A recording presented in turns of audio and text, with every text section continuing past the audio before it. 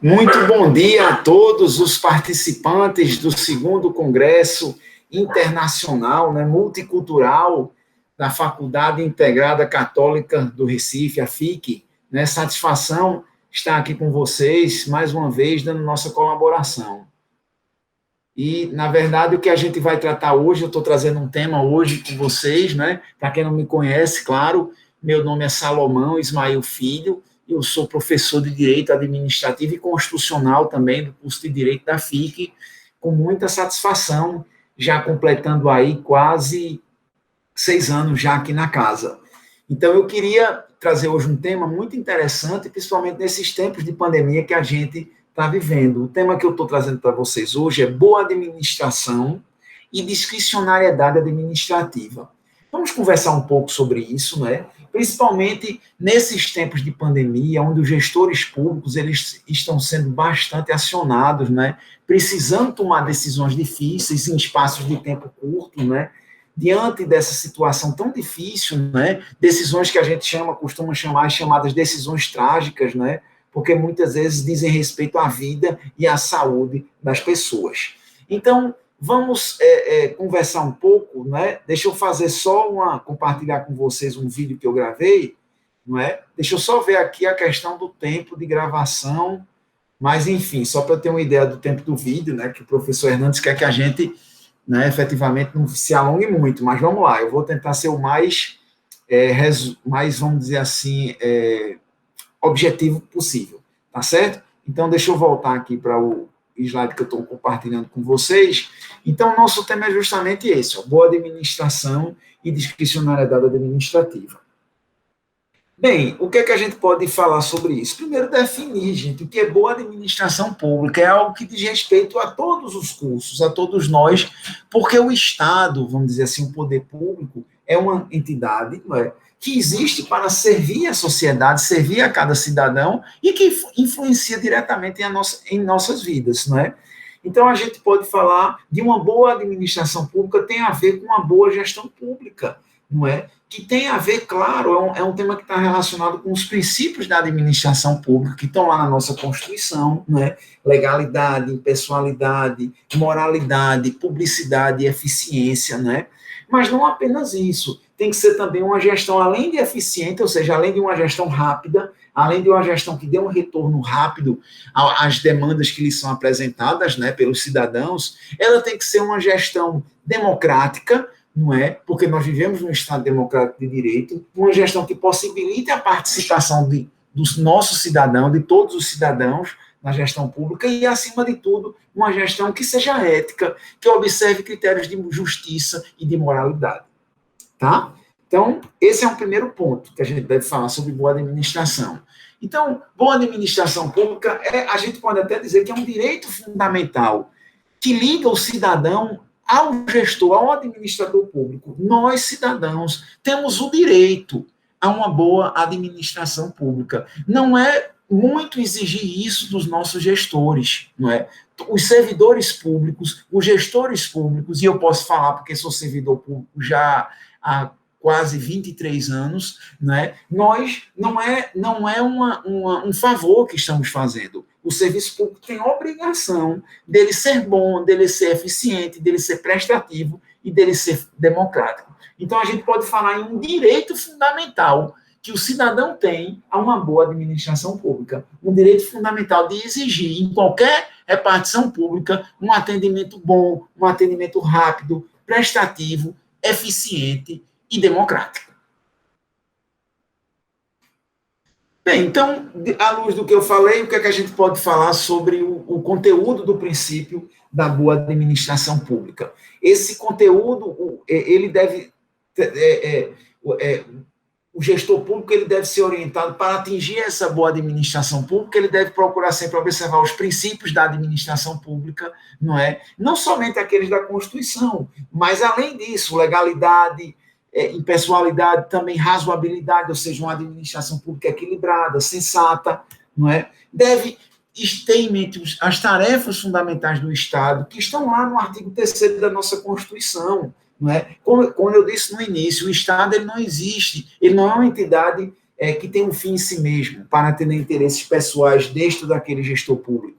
Não, o Estado ele tem objetivos definidos na Constituição, objetivos fundamentais. Se vocês forem lá para o artigo 3º, vocês vão ver esses objetivos. Construção de uma sociedade livre, justa e solidária, promoção do bem de todos, diminuição das desigualdades regionais e sociais, erradicação da pobreza e da miséria. Então, não, o Estado ele existe para atender esses objetivos, seja no plano federal da União, no plano estadual, dos estados federados, né, da nossa federação, né, nós vemos no estado de Pernambuco, é um exemplo, seja no plano municipal, cada município. Existem essas entidades públicas para servir a coletividade e permitir, através de uma boa administração pública, que cada administrado venha a exercer plenamente seus direitos e venha, de certa forma, ainda que parcialmente, a ter um estado de felicidade, de satisfação. Tá? E, por fim, como eu falei também que a boa administração pública é democrática, ela tem também que observar esses direitos procedimentais, que são direitos de participação do administrado na gestão pública, né? Através de uma ideia de observar regras claras, que é o devido processo legal, não é? De um tempo razoável para atender às demandas que lhes são apresentadas, aí a ideia de duração razoável do processo, de sempre o gestor público, se não ele, mas um representante com poderes para tal, de ouvir o administrado, que é o chamado direito de audiência, o administrado tem direito a ter acesso aos gestores públicos e de conversar diretamente com ele, ou diretamente ou através de uma reunião, né, via Google Meet, já que vivemos hoje esses tempos de pandemia, e claro, esses instrumentos virtuais que facilitam a nossa comunicação vieram para ficar, né? Então, eu posso resumir assim o conteúdo da administração pública nesses 3 tópicos, né? Eficiência, democracia e participação, justiça e moralidade. Então, esses valores devem também nortear a boa administração pública. E a discricionariedade administrativa, que eu falei no início. Bem, discricionariedade administrativa é justamente aquela esfera de liberdade que o gestor público tem, não é? Em razão da lei, a lei confere uma esfera de liberdade que o gestor público tem para, em determinadas situações, decidir o que é melhor para a coletividade, não é? Então, percebam que o conceito de discricionariedade administrativa tem a ver com margem de escolha, não é? Existe, Eli Lopes de Menezes lembrava isso, existe uma liberdade quanto à motivação e o objeto a ser alcançado pelo ato administrativo. Não é? Agora, um detalhe muito importante, e aí eu até coloco uma foto da professora Maria Silvia Zanella de Pietro, que é uma grande administrativista brasileira, a gente precisa dizer o seguinte, essa esfera de liberdade, ela precisa ser exercida no caso concreto. Não é que o gestor público, ele tem um cheque em branco para fazer o que bem entenda, e aí eu já me refiro a outra grande professora, outra grande jurista, a professora Odete Medauá, né, da Universidade de São Paulo, e que não é que ele tem o jurista um cheque em branco, o gestor público, um cheque em branco para fazer o que bem entenda. Essa liberdade de escolha vai ser aferida no caso concreto. Então, vejam, por isso que eu me referi à pandemia. Nesses tempos atuais, você pode ter, o gestor público, ele pode ter à sua disposição uma verba que, em princípio, o orçamento público deu a ele uma determinada liberdade para que ele pudesse, por exemplo, escolher, vamos usar um exemplo simples, entre construir uma escola ou um posto de saúde, entre fazer uma reforma no ginásio municipal de esportes ou investir em saúde. Mas nesse momento de pandemia, em razão da falta de leitos, da falta de médicos, é óbvio que essa discricionariedade concreta, no caso concreto, ela diminui, ela fica bem pequenininha.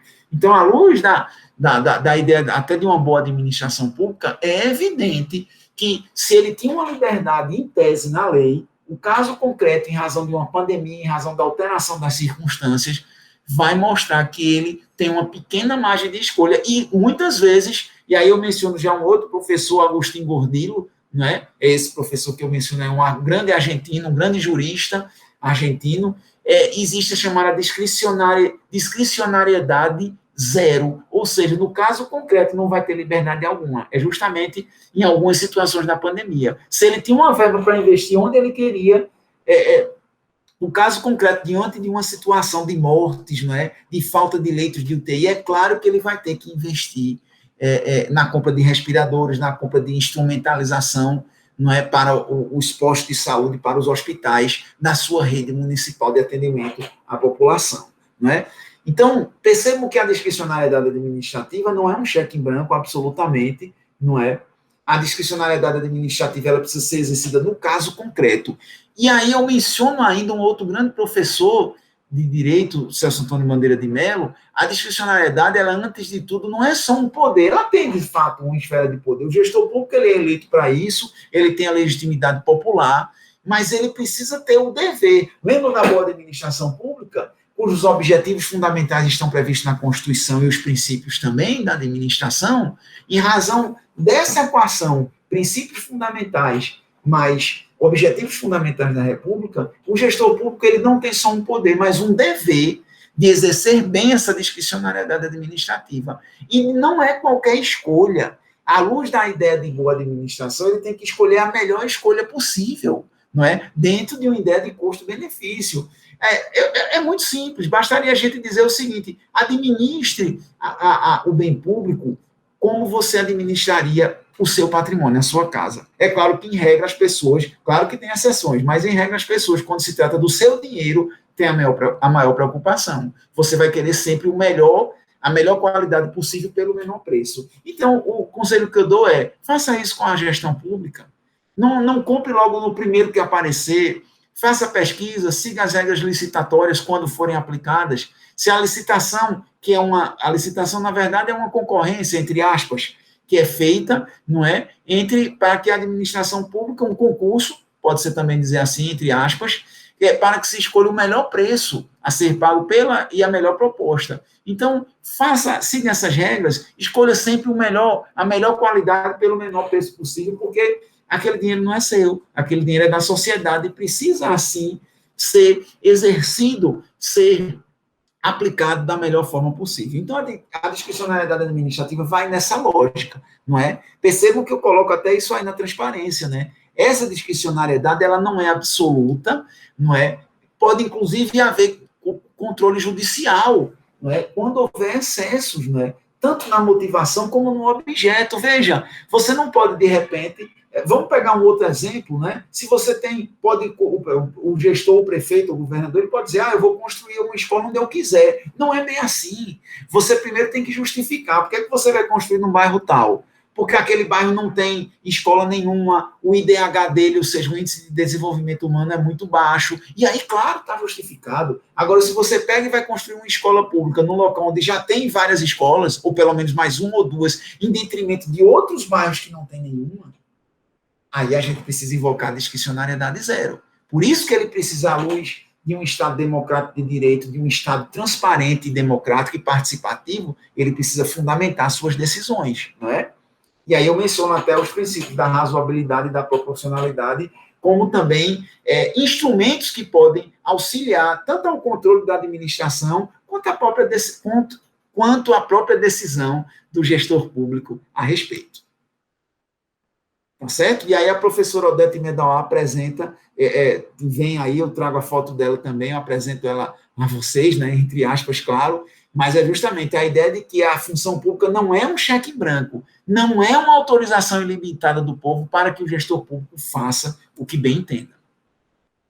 Tá certo? Então, eu finalizo aí justamente falando da ideia de dever-poder, não é? Um dever que o gestor, através da discricionariedade administrativa, tem de escolher bem, de escolher a melhor escolha possível. Agora, entenda-se, tanto essa discricionariedade, repetindo, ela não é absoluta. A gente precisa avaliar isso no caso concreto. Os órgãos de controle, Ministério Público, Tribunal de Contas, né, eles vão avaliar se naquele caso concreto, aquela decisão foi a melhor possível. É claro que num período, voltamos em períodos críticos, em períodos de dificuldade, como esse que a gente vive da pandemia Covid-19, mas que, se Deus quiser, nós vamos vencer.